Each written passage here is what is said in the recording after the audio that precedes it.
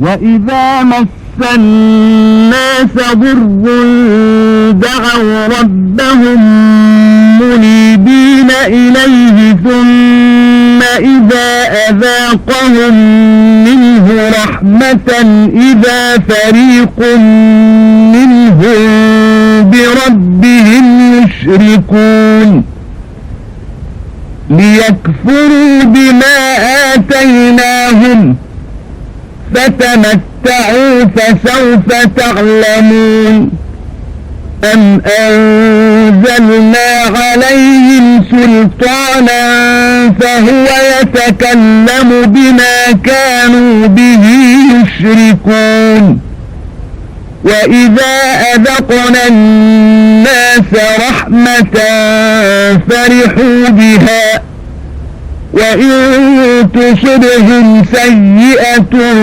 بما قدمت أيديهم إذا هم يقنطون أولم يروا أن الله يبسط الرزق لمن يشاء ويقدر إن في ذلك لآيات لقوم يؤمنون فآت ذا القربى حقه والمسكين وابن السبيل ذلك خير للذين يريدون وجه الله وأولئك هم المفلحون وما آتيتم من ربا ليربو في أموال الناس فلا يربو عند الله وما آتيتم من زكاة تريدون وجه الله فأولئك هم المضعفون மனிதர்களுக்கு பசி, நோய், வறுமை, பஞ்சம் போன்ற ஏதேனும் சங்கடம் ஏற்பட்டால் அவர்கள் தங்கள் ரப்பிடம் முகம் திரும்பி அதை நீக்கி அருள அவனிடம் பிரார்த்தனை செய்கிறார்கள். பிறகு அவன் தன்னிடம் இருந்து ரஹ்மத்தை சுவைக்கச் செய்தால் அவர்களில் ஒரு பிரிவினர் தம் ரப்புக்கு இணை வைக்கின்றனர். நாம் அவர்களுக்கு அருளியதற்காக நன்றி செலுத்தாமல் அவர்கள் நிராகரித்துக் கொண்டிருக்கட்டும். நீங்கள் சுகம் அனுபவித்துக் கொண்டிருங்கள். விரைவில் இதன் விளைவை நீங்கள் அறிந்து கொள்வீர்கள். அல்லது அவர்கள் இணை வைத்து வணங்குவதற்கு ஆதாரமாக கூறக்கூடிய ஏதாவது ஓர் அத்தாட்சியை நாம் அவர்களுக்கு இறக்கி வைத்திருக்கிறோமா? இன்னும் நாம் மனிதர்களை நம் ரஹ்மத்தை ருசிக்க அனுபவிக்க செய்தால் அவர்கள் அதை கொண்டு மகிழ்கிறார்கள். ஆனால் அவர்களுடைய கைகள் முன்னரே செய்துள்ளதை கொண்டு ஒரு தீங்கு அவர்களுக்கு சம்பவித்து விட்டால் அவர்கள் நிராசைப்பட்டு விடுகிறார்கள். நிச்சயமாக அல்லாஹ் தான் நாடியோருக்கு ஆகார வசதிகளை விசாலமாக்குகிறான், தான் நாடியோருக்கு சுருக்கியும் விடுகிறான் என்பதை அவர்கள் பார்க்கவில்லையா? நிச்சயமாக ஈமான் கொண்டுள்ள சமூகத்துக்கு அத்தாட்சிகள் இருக்கின்றன. ஆகவே உறவினர்களுக்கு அவர்கள் பாத்தியதையை கொடுத்து வருவீராக. அவ்வாறு ஏழைகளுக்கும் வழிபோக்கர்களுக்கும் அவரவர்க்குரியதை கொடுத்து வருவீராக. எவர்கள் அல்லாஹுவின் திரு பொருத்தத்தை நாடுகிறார்களோ அவர்களுக்கு இது மிக்க நன்மையுடையதாகும். அவ்வாறு கொடுத்து வருபவர்தாம் வெற்றியாளர்களாவார்கள்.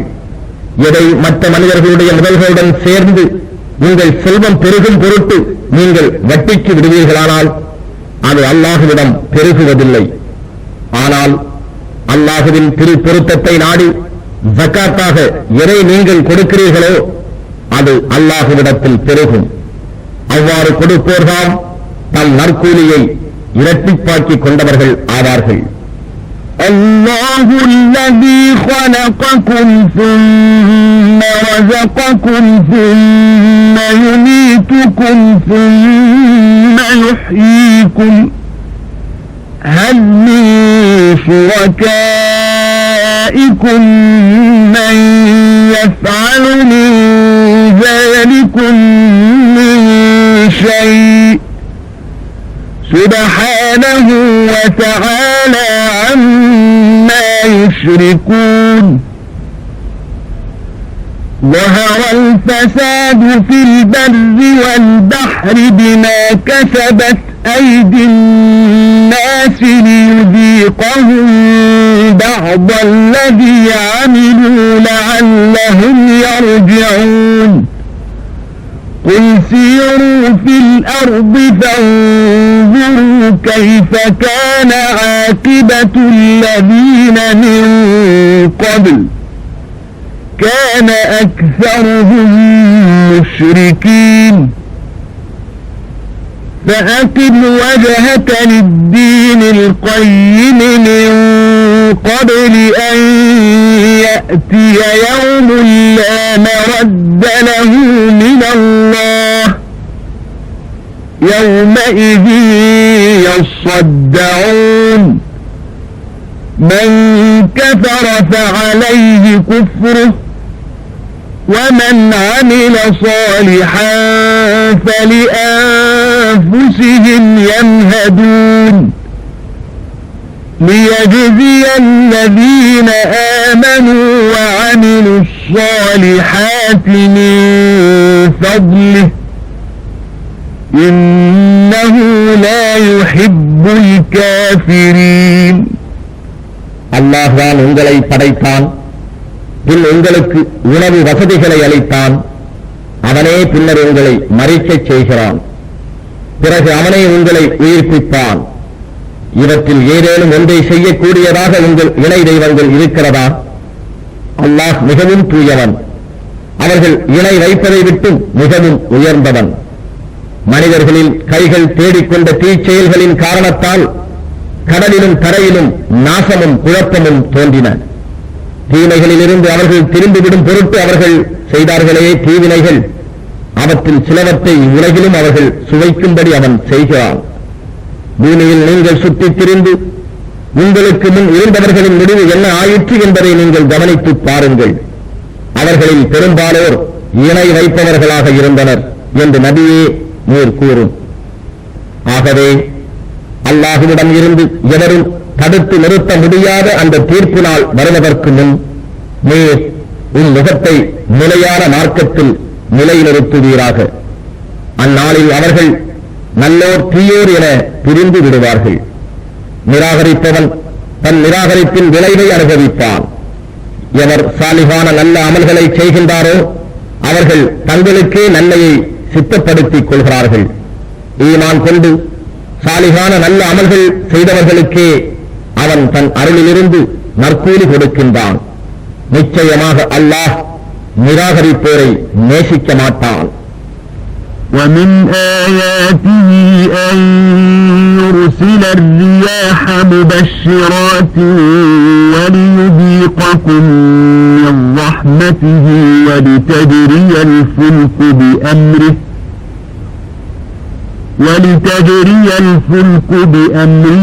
ولتبتغوا من فضله ولعلكم تشكرون ولقد أرسلنا من قبلك رسلا إلى قومهم فجاءوهم بالبينات فانتقمنا من الذين أجرموا وكان حقا علينا نصر المؤمنين الله الذي يرسل الرياح فتثير سحابا فيبسطه في السماء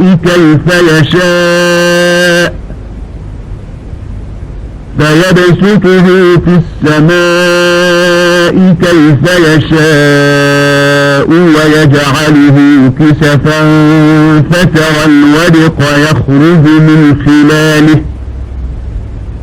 فإذا أصاب به من يشاء من عباده إذا هم يستبشرون وإن كانوا من قبل أن ينزل عليهم من قبله لمبلسين فانظر إلى آثار بعد رحمة الله كيف يحيي الأرض بعد موتها إن ذلك لمحيي الموتى وهو على كل شيء قدير ولئن أرسلنا ريحا فرأوه مصفرا لظلوا من بعده يكفرون فإنك لا تسمع الموتى ولا تسمع الصم الدعاء إذا ولوا مدبرين وما أنت بهاد العمي عن ضلالتهم إن تسمع إلا من يؤمن بآياتنا فهم مسلمون இன்னும் நீங்கள் அவன் ரஹ்மத்திலிருந்து சுவைத்ததற்காகவும் கப்பல் தன் உத்தரவினால் கடலில் செல்வதற்காகவும் தன் அருளை நீங்கள் தேடிக் கொள்வதற்காகவும் நீங்கள் நன்றி செலுத்துவதற்காகவும் இவற்றுக்கெல்லாமாக நன்மாராயம் கூறிக்கொண்டு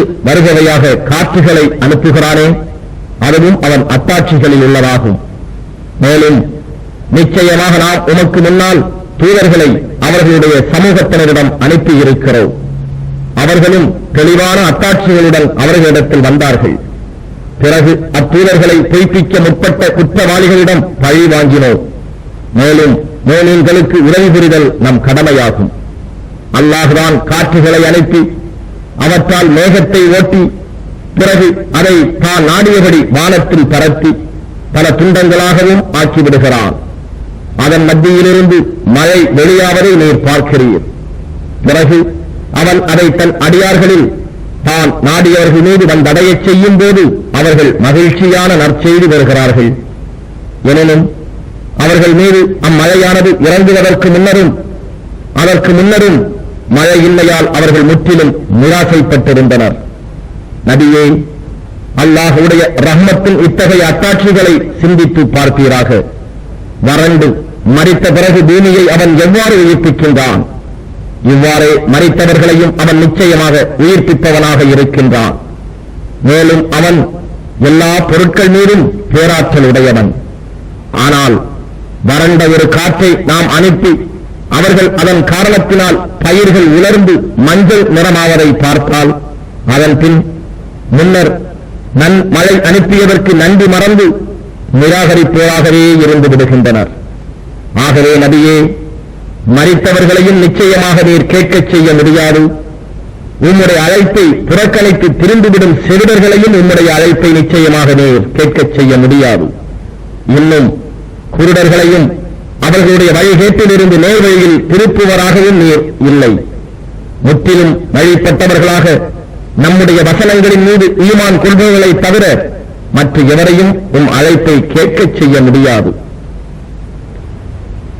الله الذي خلقكم من ضعف ثم جعل من بعد ضعف قوة ثم جعل من بعد قوة ضعفا وشيبة يخلق ما يشاء وهو العليم القدير ويوم تقوم الساعة يقسم المجرمون ما لبثوا غير ساعة كذلك كانوا يؤفكون وقال الذين أوتوا العلم والإيمان لقد لبثتم في كتاب الله إلى يوم البعث فهذا يوم البعث ولكنكم كنتم لا تعلمون فيومئذ لا ينفع الذين ظلموا معذرتهم ولا هم يستعتبون ولقد ضربنا للناس في هذا القرآن من كل مثل ولئن جئتهم بآية ليقولن الذين كفروا إن أنتم إلا مبطلون كذلك يطبع الله على قلوب الذين لا يعلمون فاصبر إن وعد الله حق ولا يستخفنك الذين لا يوقنون அல்லாஹ் தான் உங்களை ஆரம்பத்தில் பலகீனமான நிலையில் படைக்கிறான். பலகீனத்திற்கு பின்னர் அவனே பலத்தையும் உங்களுக்கு உண்டாக்குகிறான். அந்த பலத்துக்கு பின் பலகீனத்தையும் நரையையும் அவனே உண்டாக்குகிறான். தான் நாடியதை அவன் படைக்கின்றான். அவனே எல்லாம் அறிந்தவன், பேராற்றல் உடையவன். அன்றியும் நியாய தீர்ப்புக்கு உரிய வேளை வரும் அந்நாளில் குற்றவாளிகள் தாங்கள் இவ்வுலகில் ஒரு நாழிகையே அன்றி அதிக நேரம் தங்கியிருக்கவில்லை என்று பிரமாணம் செய்வார்கள். இவ்வாறு இவ்வுலகிலும் உண்மையில் இருந்து அவர்கள் திருப்பப்படுகிறார்கள். ஆனால் இவர்களுக்கு கல்வியும் நம்பிக்கையும் கொடுக்கப்பட்டதோ அவர்கள் கூறுவார்கள், அல்லாஹுவின் குறிப்பு ஏட்டில் உள்ளபடி நீங்கள் உயிர் பெற்று எழும் இந்நாள் வரையில் பூமியில் தங்கியிருந்தீர்களே, மரித்தோர் உயிர் பெற்று எழும் நாள் இது. நிச்சயமாக நீங்கள் இதனை அறிந்து கொள்ளாதவர்களாகவே இருந்தீர்கள். ஆகவே அந்நாளில் அநியாயம் செய்தவர்களுக்கு அவர்கள் கூறும் புகழ் ஒரு பயனும் தரா. அன்றி அவர்கள் அல்லாஹ்வை திருப்தி செய்யவும் முடியாது, வழி இராது. திடமாக இந்த குர்ஆனில் மனிதர்களுக்கு பலவிதமான உவமானங்களையும் நாம் கூறியிருக்கிறோம். ஆயினும் நீர் எந்த ஓர் அத்தாட்சியை அவர்களிடம் கொண்டு வந்த போதிலும் நீங்கள் எல்லோரும் வீண் பொய்யர்களே அன்றி வேறில்லை என்று நிராகரிப்போர் நிச்சயமாக கூறுவார்கள். அவ்வாறே இந்த அறிவில்லாதவர்களின் இருதயங்களின் மீது அல்லாஹ் முத்திரையிடுகிறான். ஆயினும் நபியே, நீர் பொறுமையுடன் இருப்பீராக. நிச்சயமாக அல்லாஹுவின் வாக்குறுதி உண்மையானதாகும். ஆகவே உறுதியான நம்பிக்கை இல்லாத இவர்கள் உம்மை கலக்கமடைய செய்ய வேண்டாம். பிஸ்மில்லாஹிர் ரஹ்மானிர் ரஹீம். அலிஃப் லாம் மீம். تلك آيات الكتاب الحكيم هدى ورحمة للمحسنين الذين يقيمون الصلاة ويؤتون الزكاة وهم بالآخرة هم يوقنون أولئك على هدى من ربهم وأولئك هم المفلحون ومن الناس من يشتري لهو الحديث ليضل عن سبيل الله بغير علم ويتخذها هزوا أولئك لهم عذاب مهين وإذا تتلى عليه آياتنا ولى مستكبرا كأن لم يسمعها كأن في أذنيه وقرا فبشره بعذاب أليم إن الذين آمنوا وعملوا الصالحات لهم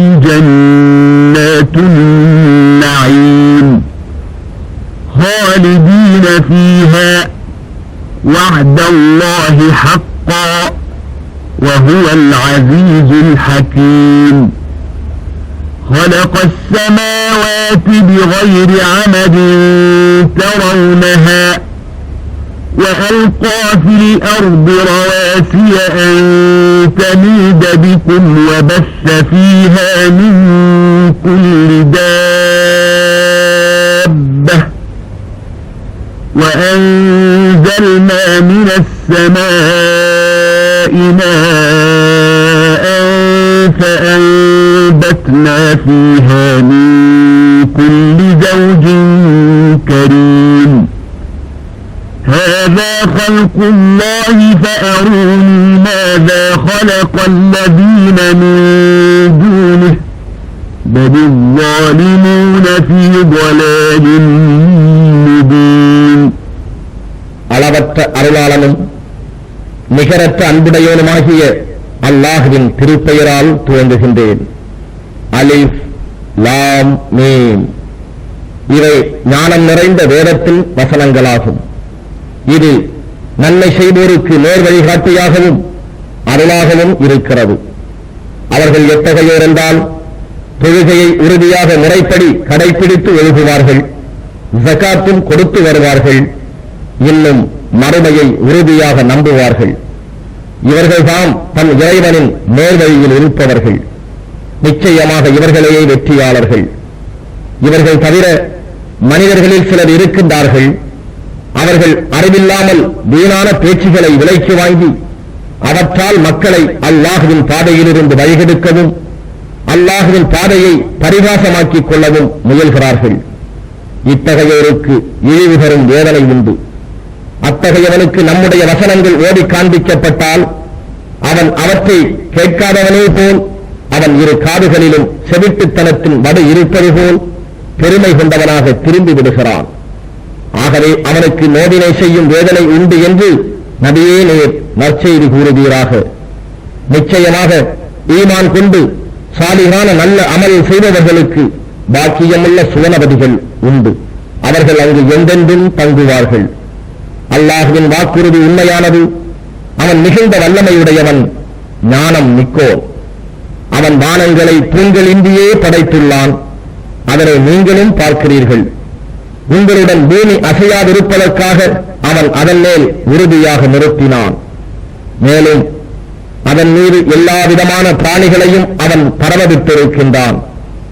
இன்னும் நாமே வானத்திலிருந்து மழையை பொழியச் செய்து அதில் சங்கையான வகை வகையான மரம், செடி, கொடி ஆகியவற்றை ஜோடி ஜோடியாக நாம் விளைப்பித்திருக்கின்றோம். இவை யாவும் அல்லாஹ்வின் படைப்பாகும். அவன் அன்பு உள்ளவை எதை படைத்திருக்கின்றன என்பதை எனக்கு காண்பியுங்கள் என்று அவர்களிடம் நபியே நீர் கூறும். அவ்வாறல்ல, அநியாயக்காரர்கள் பகிரங்கமான வழிகேட்டில்தான் இருக்கின்றனர். وَلَقَدْ آتَيْنَا لُقْمَانَ الْحِكْمَةَ أَنِ اشْكُرْ لِلَّهِ وَمَنْ يَشْكُرْ فَإِنَّمَا يَشْكُرُ لِنَفْسِهِ وَمَنْ كَفَرَ فَإِنَّ اللَّهَ غَنِيٌّ حَمِيدٌ. وَإِذْ قَالَ لُقْمَانُ لِابْنِهِ وَهُوَ يَعِظُهُ يَا بُنَيَّ لَا تُشْرِكْ بِاللَّهِ إِنَّ الشِّرْكَ لَظُلْمٌ عَظِيمٌ.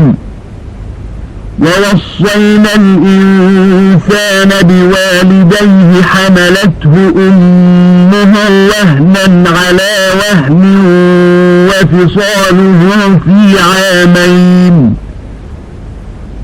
حملته أمه وهنا على وهن وفصاله في عامين أن اشكر لي ولوالديك إلي المصير. وإن جاهداك على أن تشرك بي ما ليس لك به علم فلا تطعهما وصاحبهما في الدنيا معروفا واتبع سبيل من أناب إلي ثم إلي مرجعكم فأنبئكم بما كنتم تعملون. يا بني إنها إن تك مثقال حبة من خردل فتكن في صخرة أو في السماوات أو في الأرض يأت بها الله إن الله لطيف خبير. يا بني أقم الصلاة وأمر بالمعروف وانه عن المنكر واصبر على ما أصابك إن ذلك من عزم الأمور ولا تصعر خدك للناس ولا تمش في الأرض مرحا إن الله لا يحب كل مختال فخور وقصد في مشيك واغضب من صوتك إن أنكر الأصوات لصوت الحمير. இன்னும் நாம் லுக்மானுக்கு அல்லாஹுவுக்கு நீர் நன்றி செலுத்தும். ஏனென்றால் எவன் நன்றி செலுத்துகிறானோ அவன் தனது நன்மைக்காகவே நன்றி செலுத்துகிறான். இன்னும் அதை எவன் நிராகரிக்கிறானோ அவன் தன்னையே நட்டப்படுத்திக் கொள்கிறான்.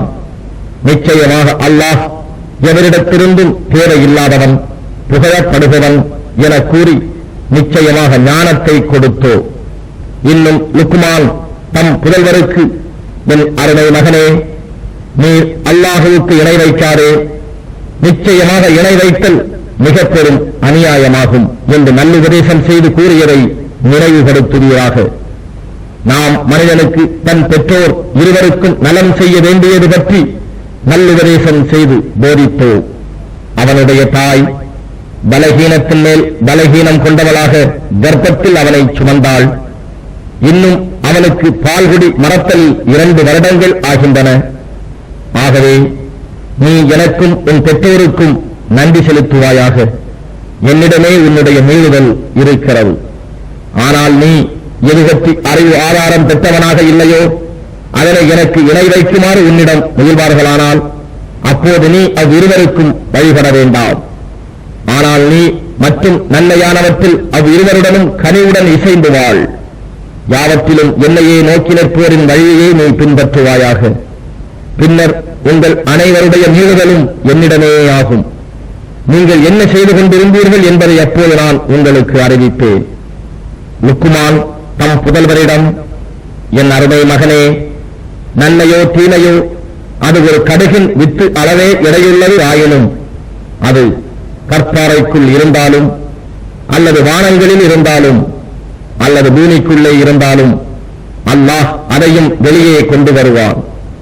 நிச்சயமாக அல்லாஹ் முன்னறிவு மிக்கவன், ஒவ்வொன்றின் அந்தரங்கத்தையும் நன்கறிபவன். என் அருமை மகனே, நீ தொழுகையை உறுதியாக முறைப்படி கடைபிடிப்பாயாக. நன்மையை ஏவி தீமையை விட்டும் மனிதர்களை விலக்குவாயாக. உனக்கு ஏற்படும் கஷ்டங்களை பொறுத்துக் கொள்வாயாக. நிச்சயமாக இதுவே வீரமுள்ள செயல்களில் உள்ளதாகும். பெருமையோடு உன் முகத்தை மனிதர்களை விட்டும் திருப்பிக் கொள்ளாதே. பூமியில் பெருமையாகவும் நடக்காதே.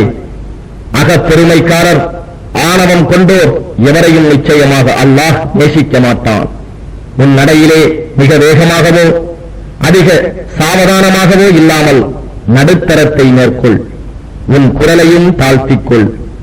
குரல்களிலெல்லாம் வெறுக்கத்தக்கது நிச்சயமாக கழுதையின் குரலே ஆகும். أَلَمْ تَرَوْا أَنَّ اللَّهَ سَخَّرَ لَكُم مَّا فِي السَّمَاوَاتِ وَمَا فِي الْأَرْضِ وَأَسْبَغَ عَلَيْكُمْ نِعَمَهُ ظَاهِرَةً وَبَاطِنَةً وَمِنَ النَّاسِ مَن يُجَادِلُ فِي اللَّهِ بِغَيْرِ عِلْمٍ وَلَا هُدًى وَلَا كِتَابٍ مُنِيرٍ وَإِذَا قِيلَ لَهُمُ اتَّبِعُوا مَا أَنزَلَ اللَّهُ قَالُوا بَلْ نَتَّبِعُ مَا وَجَدْنَا عَلَيْهِ آبَاءَنَا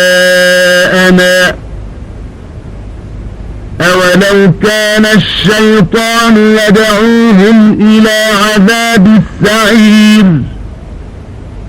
وَمَن يُسْلِمْ وَجْهَهُ إِلَى اللَّهِ وَهُوَ مُحْسِنٌ فَقَدِ اسْتَمْسَكَ بِالْعُرْوَةِ الْوُثْقَى وَإِلَى اللَّهِ عَاقِبَةُ الْأُمُورِ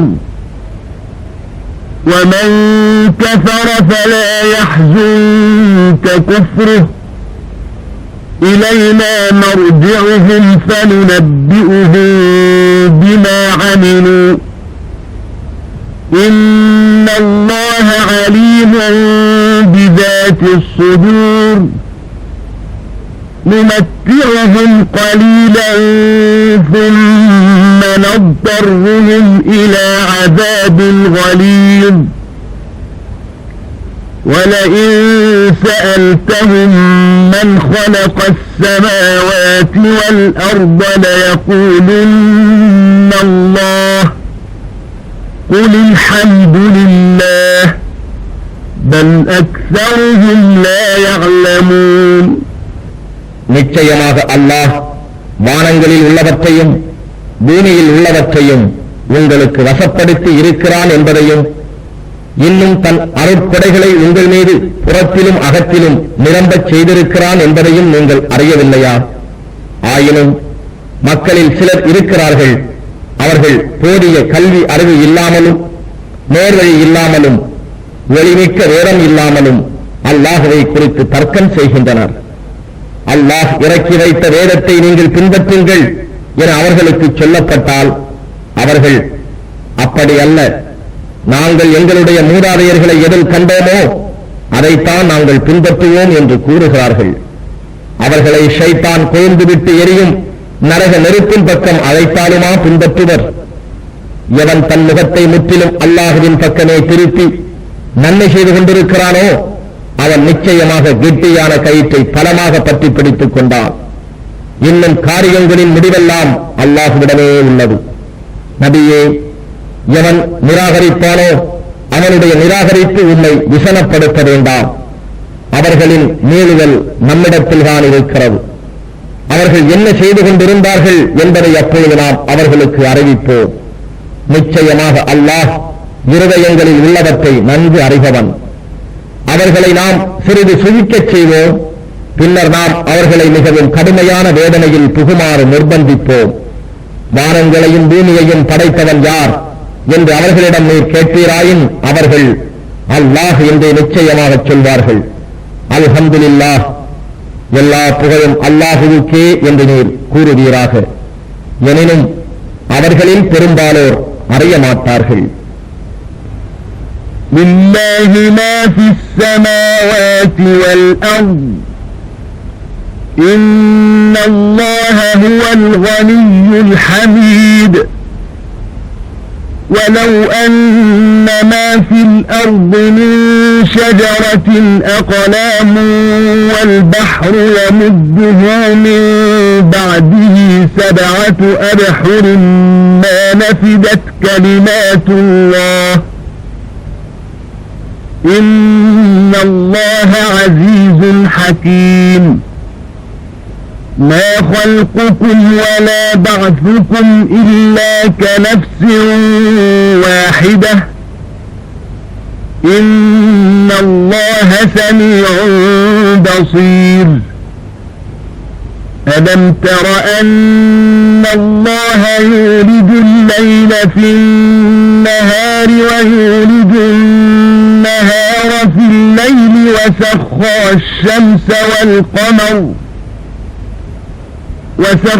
الشمس والقمر كل يجري إلى أجل مسمى وأن الله بما تعملون خبير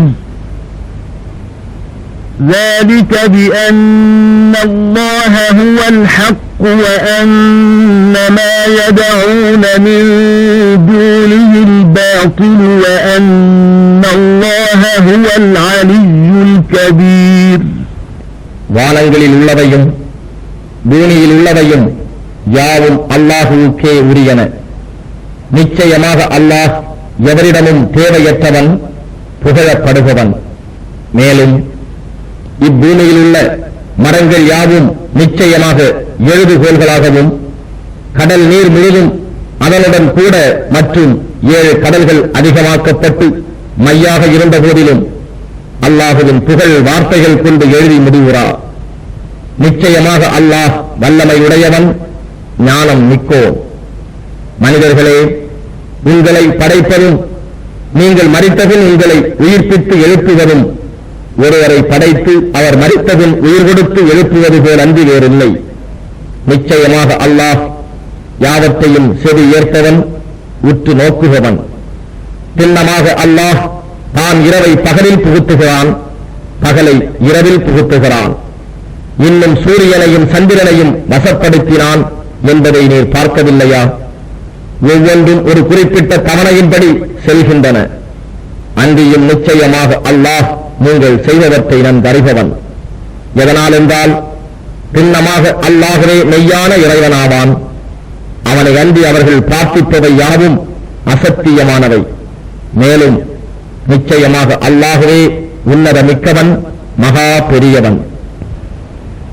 ألم تر أن الفلك تجري في البحر بنعمة الله ليريكم من آياته إن في ذلك لآيات لكل صبار شكور وإذا غشيهم موج كالظلل دعوا الله مخلصين له الدين فلما نجاهم إلى البر فمنهم مقتصد وما يجحد بآياتنا إلا كل ختار كفور يا أيها الناس اتقوا ربكم واخشوا يوما لا يجزي والد عن ولده ولا مولود هو جاز عن والده شيئا إن وعد الله حق فلا تغرنكم الحياة الدنيا ولا يغرنكم بالله الغرور إن الله عنده علم الساعة وينزل الغيث ويعلم ما في الأرحام وما تدري نفس ماذا تكسب غدا وما تدري نفس بأي أرض تموت إن الله عليم خبير. தன்னுடைய அத்தாட்சிகளை உங்களுக்கு காண்பிப்பதற்காக வேண்டி அல்லாஹ்வுடைய அருட்கொடையை கொண்டு நிச்சயமாக கப்பல் கடலில் மிதந்து செல்வதை நீர் காணவில்லையா? நிச்சயமாக பெருமை மிக்க நன்றி அறிதலுடைய ஒவ்வொருவருக்கும் அத்தாட்சிகள் இருக்கின்றன. கப்பலில் செல்லும் அவர்களை அலைகள் மலை முகடுகளைப் போல் சூழ்ந்து கொள்ளுமானால் அல்லாஹுவுக்கு வழிபட்டு அந்தரங்க சுத்தியுடன் அவனிடம் பிரார்த்திக்கின்றனர். ஆனால் அவன் அவர்களை காப்பாற்றி கரை சேர்த்து விட்டால் அவர்களில் சிலர்தாம் நடுநிலையாக நடந்து கொள்கிறார்கள்.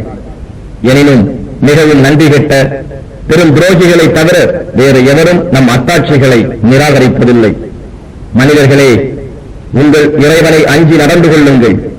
இன்னும் அந்த மறுமை நாளை குறித்து பயந்து கொள்ளுங்கள். அந்நாளில் தந்தை தன் மகனுக்கு எந்த ஒரு கடமையும் நிறைவேற்ற சக்தி பெறார். அதே போன்று பிள்ளைக்கும் தன் தந்தைக்கு எதையும் நிறைவேற்றி வைக்க இயலாது. நிச்சயமாக அல்லாஹ்வின் வாக்குறுதி உண்மையானதாகும்.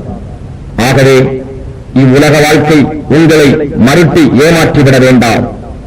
மறுட்டி ஏமாற்றுபவனாகிய ஷைத்தானும் அல்லாஹ்வை குறித்து உங்களை மறுட்டி ஏமாற்றாதிருக்கட்டும். நிச்சயமாக அந்த கியாம நேரம் பற்றிய ஞானம் அல்லாஹ்விடமே இருக்கிறது. அவனே மழையையும் இறக்குகிறான். இன்னும் அவன் கர்ப்பங்களில் உள்ளவற்றையும் அறிகிறான். நாளை தினம் தாம் செய்வது சம்பாதிப்பது என்பதை எவரும் அறிவதில்லை. தான் எந்த பூமியில் இறப்போம் என்பதையும் எவரும் அறிவதில்லை. நிச்சயமாக அல்லாஹ்தான் நன்கு அறிபவன், நுட்பம் மிக்கவன். பிஸ்மில்லாஹிர் ரஹ்மானிர் ரஹீம். அலிஃப் லாம் மீம். تنزيل الكتاب لا ريب فيه من رب العالمين أم يقولون افتراه بل هو الحق من ربك لتنذر قوما ما أتاهم من نذير من قبلك لعلهم يهتدون الله الذي خلق السماوات والأرض وما بينهما في 6 أيام ثم استوى على العرش ما لكم من دونه من ولي ولا شفيع أفلا تتذكرون يدبر الأمر من السماء إلى الأرض ثم يعرج إليه في يوم كان مقداره 1000 سنة مما تعدون ذلك عالم الغيب والشهادة العزيز الرحيم الذي أحسن كل شيء خلقه وبدأ خلق الإنسان من طين ثم جعل نسله من سلالة من ماء مهين ثم سواه ونفخ فيه من روحه وجعل لكم السمع والأبصار والأفئدة قليلا ما تشكرون وقالوا أإذا ضللنا في الأرض أإنا لفي خلق جديد بل هم بلقاء ربهم كافرون அளவற்ற அருளாளனும் நிகரற்ற அன்புடையவனுமாகிய அல்லாஹுவின் திருப்பெயரால் துவங்குகின்றேன். அலிஃப் லாம் மீம். அகிலங்களுக்கெல்லாம் ரப்பாகியவனிடம் இருந்து அருளப்பட்டுள்ளது இவ்வேதம் என்பதில் சந்தேகம் இல்லை. ஆயினும் அவர்கள் இவர் இதை இட்டு கட்டி கற்பனை செய்து கொண்டார் என்று உண்மை பற்றி கூறுகிறார்களா? அவ்வாறல்ல. எவர்களுக்கு உமக்கு முன் அச்சமூட்டி எச்சரிப்பவர் வந்ததில்லையோ அந்த சமூகத்தாருக்கு அவர்கள் நேர்வழியில் செல்லும் பொருட்டு நேர் அச்சமூட்டி எச்சரிக்கை செய்வதற்காக உன்னுடைய ரப்பிடம் இருந்து வந்துள்ள உண்மை வேதமாகும். அல்லாஹ்தான் வானங்களையும் பூமியையும் இவ்விரண்டிற்கு இடையில் இருப்பவற்றையும் 6 நாட்களில் படைத்து பின் அர்ஷின் மீது தன் ஆட்சியை நிலைப்படுத்தினார். அவனை அன்றி உங்களுக்கு உதவியாளரோ பரிந்து பேசுவோரோ இல்லை. எனவே இவற்றையெல்லாம் நீங்கள் நினைந்து சிந்திக்க வேண்டாமா? வானத்திலிருந்து பூமி வரையிலும் உள்ள காரியத்தை அவனே ஒழுங்குபடுத்துகிறான். ஒரு நாள் ஒவ்வொரு காரியமும் அவனிடமே மீண்டு செல்லும். அந்த நாளின் அளவு நீங்கள் கணக்கிடக்கூடிய 1000 ஆண்டுகளுக்கு சமமாகும். அவனே மறைவானதையும் வெளிப்படையானதையும் நன்கு அறிந்தவன். அன்றியும் அவனே யாவற்றையும் மிகைத்தவன், அன்புடையோன். அவனே தான் படைத்துள்ள ஒவ்வொரு பொருளையும் அழகாக்கினான். இன்னும் அவன் மனிதனின் படைப்பை களிமண்ணிலிருந்து ஆரம்பித்தான். பிறகு நழுவும் அற்ப துளியாகிய இந்திரிய சத்திலிருந்து அவனுடைய சந்ததியை உண்டாக்கினான். பிறகு அவன் அதை சரி செய்து அதனுள்ளே தன் ரூஹிலிருந்து ஊதினான். இன்னும் உங்களுக்கு அவன் செவி புலனையும் பார்வை புலன்களையும் இருதயங்களையும் அமைத்தான். இருப்பினும் நீங்கள் நன்றி செலுத்துவது மிகச் சொற்பமே ஆகும். நாம் பூமியில் அழிந்து போய்விடுவோமாயின் மெய்யாக நாங்கள் படைப்பாக அமைக்கப்படுவோமா எனவும் அவர்கள் கூறுகின்றனர். ஏனெனில் அவர்கள் தங்கள் இறைவனை சந்திப்பதையே நிராகரிப்போராய் இருக்கிறார்கள்.